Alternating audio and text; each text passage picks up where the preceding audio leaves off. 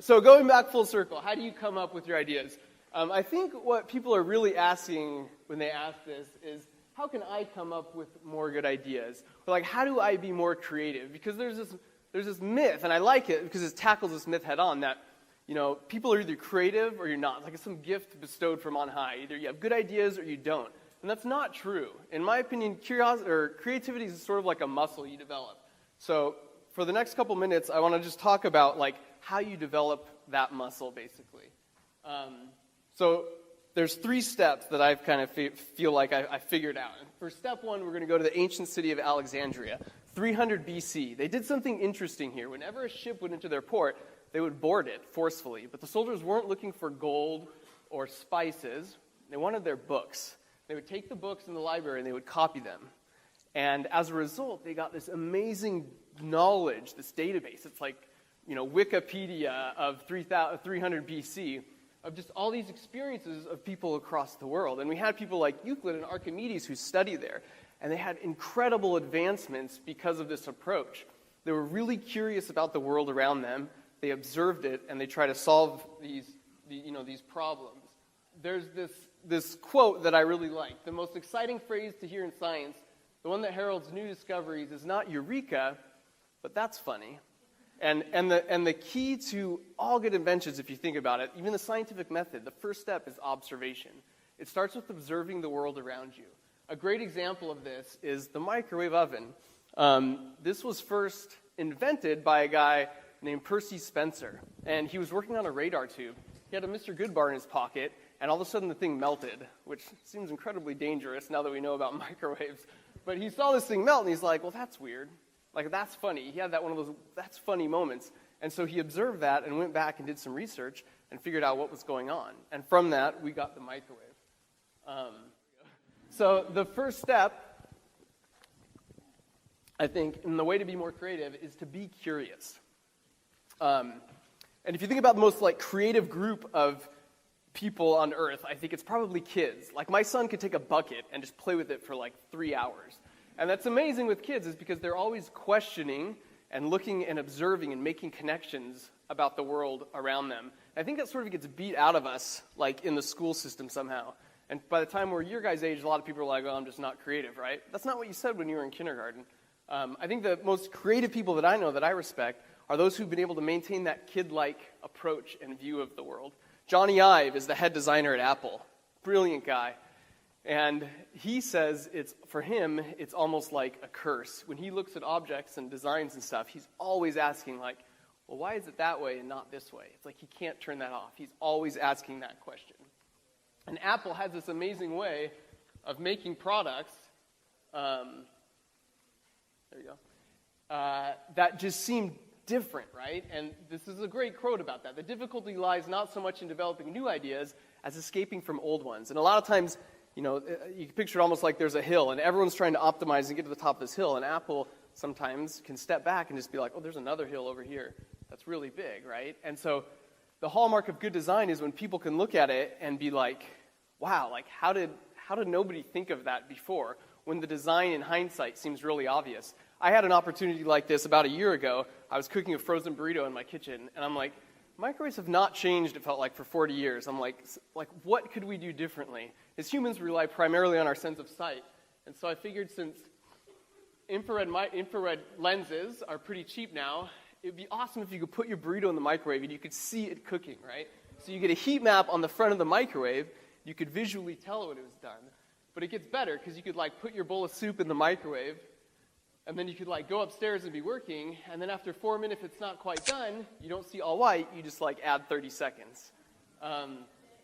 So it's a different approach, right? And this one actually has a happy ending, because I got a patent on this, and I'm working with a couple of the big guys to get it into a Walmart near you. So at some point, if you ever see this, just buy it. I don't care how much it costs, all right? Just buy it.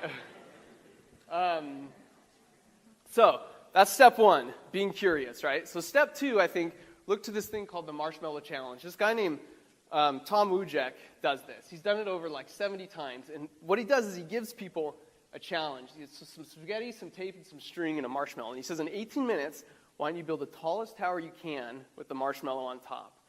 And the fascinating thing about this, he's done it a bunch of times, and there's one group that consistently beats CEOs, lawyers, and businessmen. And that group is kindergartners. Seriously. And the reason why, he explains, is because, the adults look at the situation, and first of all, the first 3 minutes is like a power struggle. Who's going to be the leader, right? And then once they sort of figure that out, they start building something, but they don't actually put the marshmallow on until the very end, at like minute 17. And marshmallows are deceptively heavy. And so then the whole structure buckles, and now they have nothing with like a minute left. Whereas kindergartners, by contrast, they just start building right away. There's no power struggle, right? And kindergartners, instead of just putting marshmallow on once, on average they put it on 4 to 5 times. So about 4 minutes into it, they're already putting the marshmallow on top and sort of testing it. And so because of that, because they're sort of testing early and often, they're able to get to a solution that actually works. And it literally, consistently across the board, they do better. So, step 2, I'm calling sort of work hard.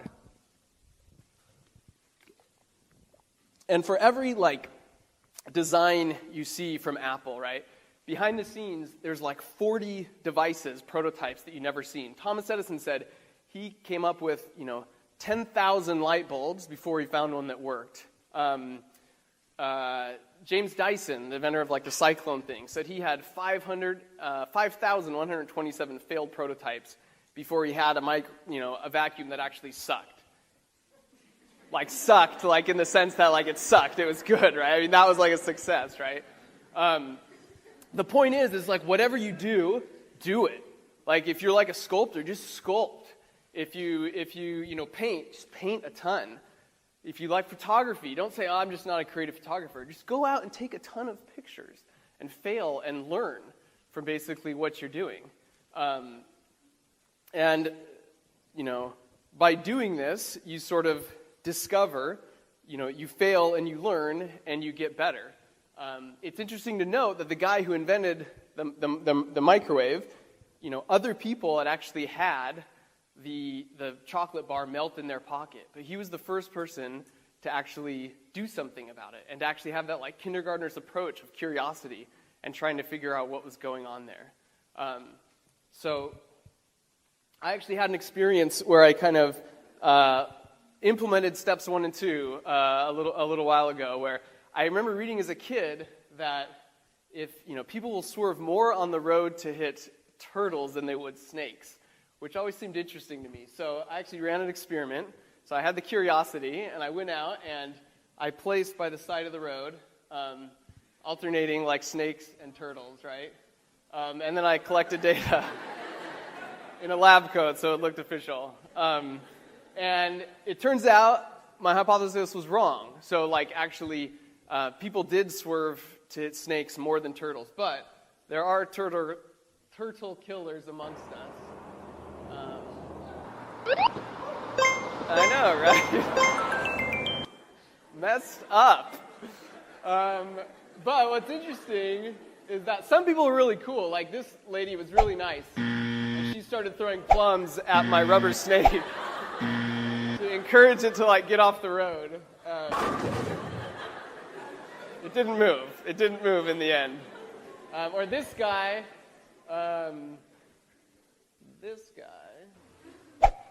Yeah, he was I thought he was trying to get the tarantula safety. That's cool. But then he got in his car and just ran it over anyways. Or this guy, he was cool. He was saving the snake. I was like, oh, that's cool. And then he's like, oh, it's fake. I'm going to take this home and give it to my wife or something. And so, hey, that's my snake. I'm right here. I'm trying to do some science. So in hindsight, I think my mistake was trying to appeal to his love of science. That was the disconnect. But this is a great example of when I told people I did this and I released a video of it. People were like, "Wait, so you were crouched in the bushes for 10 hours, videoing cars and stuff?" And I'm like, "Yeah." And for a lot of people, they're like, "You're weird, you're crazy." But that's sort of the point. Part of the creative process is just putting in, the elbow grease, putting in the time. So for step 3, this is supposed to be blank, you guys. So for step 3, I think it's important to think about our concept in general in society of what creativity is. People have noted this, but with the Romans, we actually get the word genius from them. But to them, what a genius was like a troll that lived in your walls. And at night, when you had your piece of art you were working on, it would come out and sprinkle creative dust on your work of art. And this had an interesting impact because if you were really good, you were kind of humble about it because you're like, well, I just got a really good genius, that lives in my wall. But if your work was kind of sucked, then, it's like, well, what could you do? My genius is kind of lame, right? So it's like, what could you do? And the sort of benefit of thinking about it this way is it sort of takes it out, takes you a little bit out of it. And I think that's the truth lies somewhere between the way we think of genius and the way the Romans did. I don't believe, even partially that there's little trolls living in your walls, but there is important to note that the part of the creative process is just about getting lucky. There's an interesting book called Good to Great, and this author interviewed a bunch of CEOs, and 10 of them, of supposedly these companies that'll never fail, awesome ones. And he tried to find the common thread, the thing that connected all of them. And what I appreciated is all 10 of them mentioned that, a lot of what happened, they just got a couple lucky breaks. They got lucky. Certainly there was some skill involved, but a lot of it had to do with luck. And as humans, we don't like that. We try to assign a reason for stuff. There's a fancy term called hindsight bias, which is when we look back at points that are actually random, we try to connect them and create a narrative. As an example, if there was 1,024 of us in this room, and I gave each one of you a quarter, and I said flip that 10 times, statistically, one of you would get 10 tails in a row. And what happens usually is the media swoops in, and then it's like, oh, let's look at Kevin. He got 10 tails in a row. Look at his flip technique, and his fingers and the way his wrist was and how his elbow and his posture. That's what we do. It's funny, even returning on that point with Good to Great, of the 10 companies, 2 of the CEOs she profiled were the CEOs for Circuit City and Fannie Mae, because the book was written 10 years ago, right? Which we know, right? Didn't work out so well. So whether you call it luck or karma or blessings, I think it is helpful to think there's some part of this process that's a little bit out of your control. Because then if you're Thomas Edison and you've built 9,999 light bulbs, you don't say, I give up. Because you realize you need to trust the process. Or if you're James Dyson, you built 5,000 vacuums. It's trust the process and keep going. And I'm not saying, don't misinterpret it, that being creative is just, it's all luck. But my point is as you are creative and you observe and you question your world, as you work hard and you build early and often, you increase your chances of getting lucky. You're basically giving yourself more quarters to flip so you can get 10 tails in a row. And so my punchline today is that I believe we are all way more creative than we give ourselves credit for. It's just about understanding the process. So, returning full circle, how do you come up with your ideas? For the first time ever, the most unsucky response I've ever given, I'm proud to say, the key is to be curious, to work hard, and to get lucky.